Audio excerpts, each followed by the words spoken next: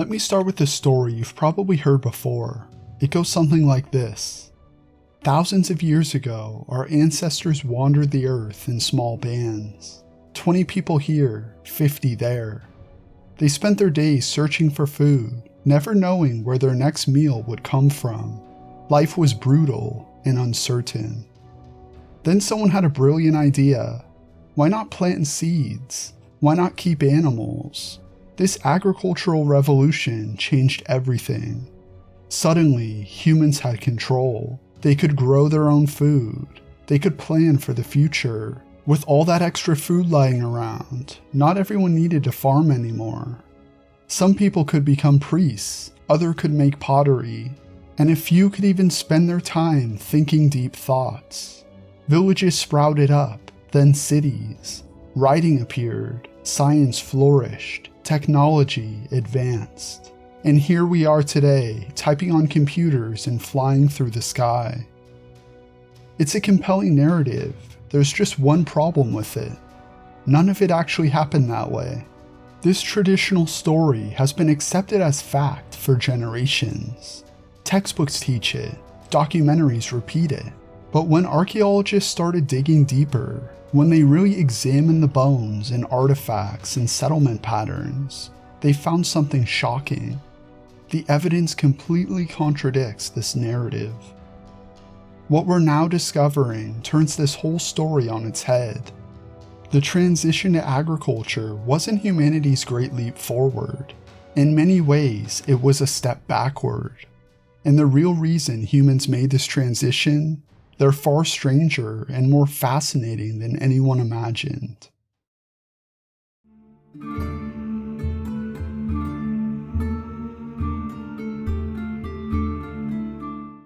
So what does the evidence actually show? Let's look at the facts, and they might surprise you. First, consider the workday. Hunter-gatherers worked about 3 hours per day to meet their basic needs. That's it. That's less time than some of us spend commuting. Farmers, on the other hand, labored 6 to 7 hours daily, their backs bent over fields, their hands raw from working the soil, day after day, season after season. Yuval Harari puts it brilliantly when he says, "We did not domesticate wheat, wheat domesticated us." Think about that for a moment. Who's really serving whom? Wheat gets humans to clear land for it, water it, protect it from pests, spread its seeds far and wide. Meanwhile, humans exhaust themselves making sure this plant thrives. The wheat won. We became its servants. This increased labor created a vicious cycle. More work meant you needed more children to help in the fields. More children meant more mouths to feed. More mouths meant more land needed. More land meant even more work. Populations exploded, land became depleted, and suddenly there was no going back. Now let's talk about health. When archaeologists examine ancient skeletons, they can tell who farmed and who hunted. The hunter-gatherers were taller, their bones were stronger, their teeth were healthier. Why? Diet tells the whole story. Hunter-gatherers ate meat, fruits, nuts, roots, and vegetables. Their menu changed with the seasons. Farmers ate wheat, mostly wheat. Maybe some vegetables if they were lucky. Where's the protein? Where are the vitamins? This monotonous diet left them malnourished and stunted. Disease posed another massive problem. Hunter-gatherers moved frequently, leaving their waste behind. Farmers stayed put. They lived with their animals, their garbage, their sewage. These settlements became breeding grounds for disease. When illness struck, it spread rapidly through the crowded villages. Close proximity meant one sick person could infect dozens. Archaeological evidence shows dramatically higher rates of early death among farming populations compared to their hunter-gatherer predecessors. So we have to ask ourselves a fundamental question. If farming meant more work, worse health, and earlier death, why did humans make this choice? What could possibly motivate such a seemingly irrational decision? Before we dive into the theories about why this happened, we need to understand how we even know what we know. We can't hop in a time machine and watch these transitions unfold. So how do researchers piece together this puzzle from tens of thousands of years ago? Scientists approach this mystery from 4 different angles, each one offering unique insights into our past. Archaeology forms our foundation. These researchers dig through ancient settlements, examine tools, analyze bones, study seeds. Every artifact tells a story. A grinding stone reveals what people ate. A skeleton's height suggests their nutrition. The layout of buildings shows how communities organize themselves. Each excavation adds another piece to our understanding of how these ancient peoples lived and died. Anthropology takes a different approach. Rather than looking backward, anthropologists look outward. Right now, today, there are still hunter-gatherer societies in the Amazon rainforest, in parts of Australia, in regions of Africa. These groups offer us a window into how humans might have lived before agriculture. Researchers live with these communities, learning their practices, understanding their beliefs, and documenting their social structures. While we can't assume ancient peoples lived exactly the same way, these studies provide invaluable context for interpreting archaeological findings. Psychology and neuroscience help us understand the human mind itself. Our brains haven't changed much in the last 50,000 years. The same drives that motivate us today motivated our ancestors then. Fear, love, status, belonging. By studying how modern humans think and behave, how we form communities and make decisions, researchers can better understand what might have driven ancient peoples to make such dramatic lifestyle changes. Finally, primatology offers a fascinating perspective. We share 99% of our DNA with chimpanzees and bonobos. Gorillas are our close cousins too. By observing how these primates organize their societies, how they handle conflict, how they share resources, scientists gain insights into the deep evolutionary patterns that shape primate behavior, including our own. Each discipline provides a different lens. Combine them all, and a clearer picture emerges of humanity's most pivotal transition.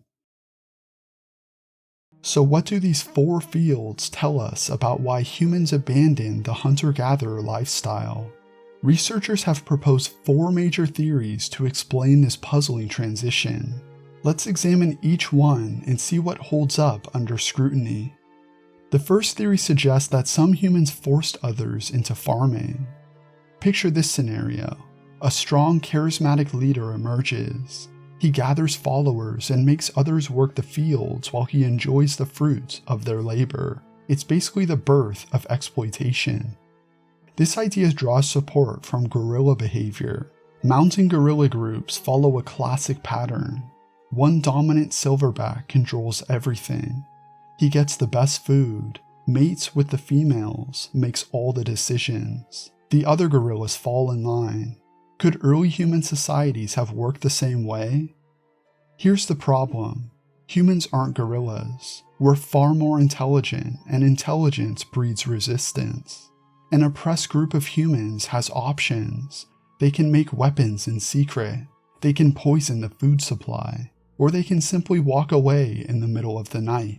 Remember, this is before property lines, before nation states, before any system to track people down. If your boss treats you terribly, you just leave. You find another group or start your own. The logistics of maintaining long-term coercion without modern infrastructure would have been nearly impossible. The second theory focuses on defense. Maybe farming wasn't about food production, but about protection. Settled communities could build walls. They could store weapons. They could organize defensive strategies. When hostile neighbors showed up, farmers could retreat behind fortifications while nomads had nowhere to hide. Researchers point to chimpanzee behavior as evidence. Chimps wage brutal wars against neighboring groups. They conduct raids, defend territory, kill outsiders. Jane Goodall documented this extensively. If our closest relatives are this violent, surely early humans were too. But this theory has serious holes. First, bonobos throw a wrench in the argument. Bonobos are actually closer to humans genetically than common chimpanzees, and they're remarkably peaceful. They resolve conflicts through affection, not aggression.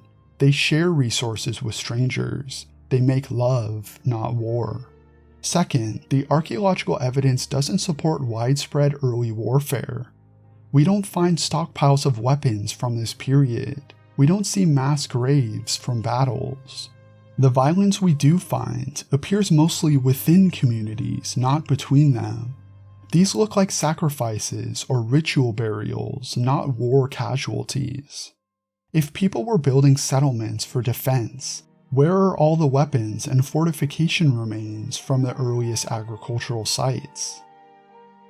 The third theory takes a gentler approach. Perhaps settlements emerged because they allowed better care for aging family members. Constant movement is hard on elderly bodies. Settled life meant grandparents could rest while still contributing their knowledge and childcare skills. Every human culture values its elders. They're repositories of wisdom, keepers of stories, links to ancestors. Surely ancient peoples would have wanted to protect and provide for their aging relatives. The problem lies in how early humans view death. They didn't see it as an ending, but as a transformation. Life moved in cycles. Birth led to death, which led to rebirth. The spirit world wasn't some distant place, but a parallel realm, always present. Archaeological evidence suggests elderly people often welcome death as a transition to the next phase of existence. They weren't clinging to life at all costs. The idea that entire societies would revolutionize their way of life just to extend elderly life by a few years doesn't match what we know about their worldview. This brings us to the fourth theory, the one that scholars are now starting to accept. Humans didn't settle down for practical reasons. They settled for spiritual ones. Religion drove the agricultural revolution. This might sound strange to modern ears, but the evidence is overwhelming. Let me show you what archaeologists have discovered. In southeastern Turkey sits a hill that locals have always called Göbekli Tepe, meaning Potbelly Hill. For generations, farmers plowed around the strange stones jutting from the earth. Then archaeologists started digging. What they found rewrote history. This site dates back to 9,500 BCE. That's before agriculture, before pottery, before the wheel. Yet here stand massive T-shaped pillars, some 20 feet tall, arranged in perfect circles. Each pillar represents a human being. You can see the arms carved along the sides, the hands meeting at the belly. But these aren't just monuments. They're covered in elaborate animal carvings. Look closely at these animals. The fox isn't just standing there. It's captured mid-leap, muscles tensed for the hunt. The boar charges forward. The crane dances. These aren't peaceful pastoral scenes. They show motion, power, the raw energy of the hunt. Why would hunter-gatherers spend decades building this elaborate temple? The answer reveals their entire worldview. These people saw themselves as part of nature, not separate from it. Animals weren't just food sources. They were equals, teachers, spirits. The temple served three crucial purposes. First, hunters came here to ask forgiveness before killing their prey. Second, they sought to channel animal wisdom and power for successful hunts.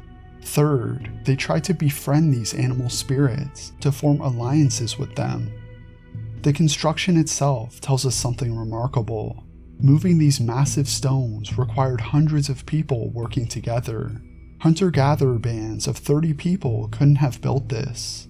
Different groups had to gather, cooperate, organize. Someone had to feed all these workers. Someone had to plan the construction. Someone had to inspire them to keep going. But here's the crucial detail. They built the temple first.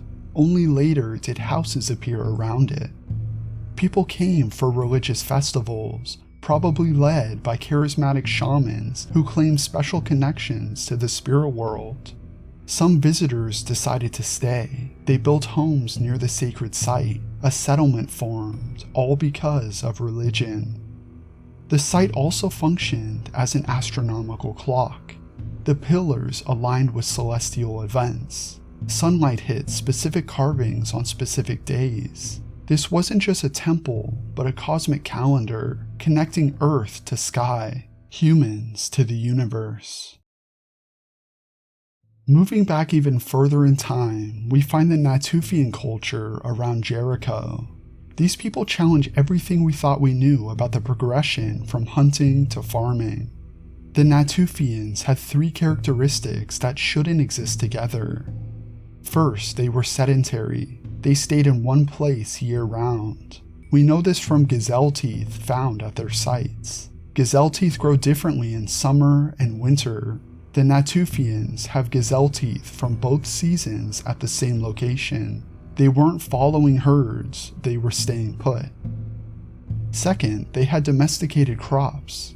Seeds at their sites show clear signs of cultivation. They knew how to farm. They had the technology. But here's the thing, they chose not to use it extensively.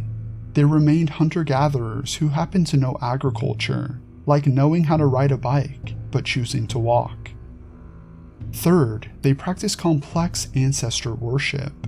Archaeologists keep finding skulls in Natufian houses, skulls covered in clay to recreate faces. These aren't trophies from enemies, they're beloved ancestors, kept close for consultation and protection. The Natufians believed the dead remained present, offering guidance to the living. Then there's the Tower of Jericho. For years, archaeologists assumed this massive stone structure was defensive. Made sense, right? A tower protects against enemies. But no, recent analysis reveals its true purpose. On the longest day of the year, shadows from nearby mountains would creep toward the settlement. Just before these shadows engulfed the village, the tower would cast its own shadow, covering the entire settlement in darkness. Imagine being a villager. The mountain's shadows approach like dark fingers. Your religious leader claims he can control this cosmic event. At the crucial moment, his tower's shadow swallows the village, connecting your small settlement to the vast cosmos above. That's power, that's magic, that's worth following. By 7500 BCE, we see the world's first truly religious community at Çatalhöyük. 8,000 people at its peak, all living together for 2,000 years. But this wasn't a city like we imagine cities. This was something entirely different. Each house was identical. No palace, no slums, no rich neighborhood, complete equality. No central temple either. Instead, every single house had a shrine in the main room. Religion wasn't something you did on special days at special places. Religion saturated every moment of existence. They worshipped a mother goddess who controlled life and death. When someone died, the body was placed on platforms outside the settlement. Vultures would clean the bones, carrying the flesh to the heavens. After the bones were cleaned, families would bury them under their floors, keeping ancestors close. But they kept the skulls. These skulls, like those at Jericho, were precious links to the spirit world. The goddess needed a partner, and that partner was the bull. Male energy, raw power, fertility. Bull horns adorn the homes. Bull heads projected from walls. The mother goddess and the bull together created all life. This wasn't mere symbolism. People believed this as firmly as you believe in gravity. The artwork at Çatalhöyük shows sophisticated religious thought. Paintings depict vultures with headless human bodies, illustrating the sky burial practice. Other scenes show what look like hunts but might actually be religious dances where participants became the animals they honored. Fertility figurines appear everywhere, some showing the goddess giving birth to bulls. This wasn't a community with religion. This was a community built entirely on religion. Every action had spiritual meaning.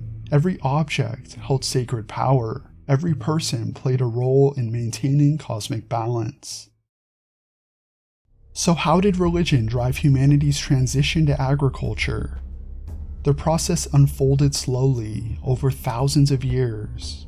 There was no moment when someone announced, "Let's become farmers." Instead, the change crept in gradually, almost imperceptibly. Imagine hunter-gatherer bands roam their territories, following seasonal patterns their ancestors have traced for millennia. But several times a year, multiple bands converge at sacred sites. These gatherings serve practical purposes too.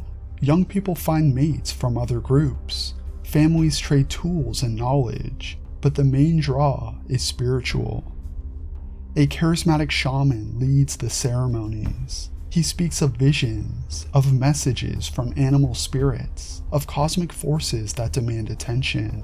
His words captivate listeners. Some people, after the festival ends, can't bear to leave. They want to stay near this holy person, near this sacred place where the veil between worlds feels thin.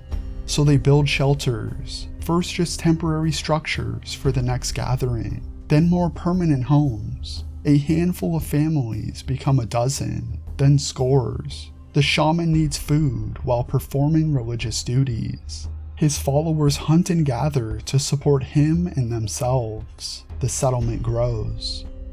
Years pass, decades. The surrounding area, once rich with game and wild plants, begins to show strain. Hunters must travel further to find prey. Gatherers exhaust nearby nut trees and berry bushes. The very success of this settlement threatens its survival. But these people won't abandon their sacred site. Their ancestors are buried here. Their temple stands here. Their entire cosmology centers on this place. Leaving would mean abandoning their gods, their dead, their very identity. So they try something different. They plant those seeds they've been casually cultivating. They keep some animals close instead of hunting them, not because they want to become farmers, but because they need to feed the religious community.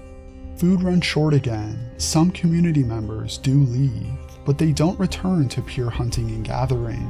They carry their religious practices with them. They establish new settlements around new temples. They plant crops to support these new religious centers. The pattern repeats and spreads. Each generation, farming becomes slightly more central to survival. Children grow up knowing more about cultivation than hunting. Religious practices adapt to agricultural cycles. Planting and harvest gain spiritual significance. The gods who once ruled the hunt now govern the fields. What began as a reluctant necessity transforms into sacred tradition. This explains why the agricultural revolution happened independently in different places around the world. It wasn't about discovering farming techniques. Hunter-gatherers already knew how to cultivate plants. They'd known for thousands of years. The revolution happened when religious beliefs made settling down more important than easy food acquisition, when serving the gods mattered more than personal comfort, when maintaining cosmic order outweighed individual health. The evidence from Göbekli Tepe, Jericho, and Çatalhöyük show this pattern clearly. Religion came first, settlement followed, agriculture emerged from necessity. The spiritual preceded the practical at every step. Understanding this transition helps us understand ourselves. The same impulses that drew ancient peoples to religious centers still shape human behavior. We still gather in groups larger than logic suggests. We still sacrifice personal benefit for communal beliefs. We still seek meaning beyond material survival. The agricultural revolution wasn't just about farming, it was about what makes us human, our need to believe in something greater than ourselves. Those ancient farmers laboring in their fields weren't victims of a historical mistake. They were participants in humanity's first great leap of faith. They chose meaning over ease, community over independence, and in making that choice, they created the foundation for everything that followed. Cities, writing, art, science, all of human civilization. The wheat may have domesticated us, as Harari says, but perhaps we wanted to be domesticated. Perhaps we needed something to serve, something to bind us together, something to make us more than scattered bands of clever apes. Perhaps the agricultural revolution was really a spiritual revolution, and the farms were just a side effect of our search for the sacred. Thank you for joining me. This was Folks of Yore. If you enjoyed this video, please remember to like, subscribe, and hit the notification bell so you don't miss the next video. And leave a comment too. I'd love to hear your thoughts. Thank you so much for watching. See you next time.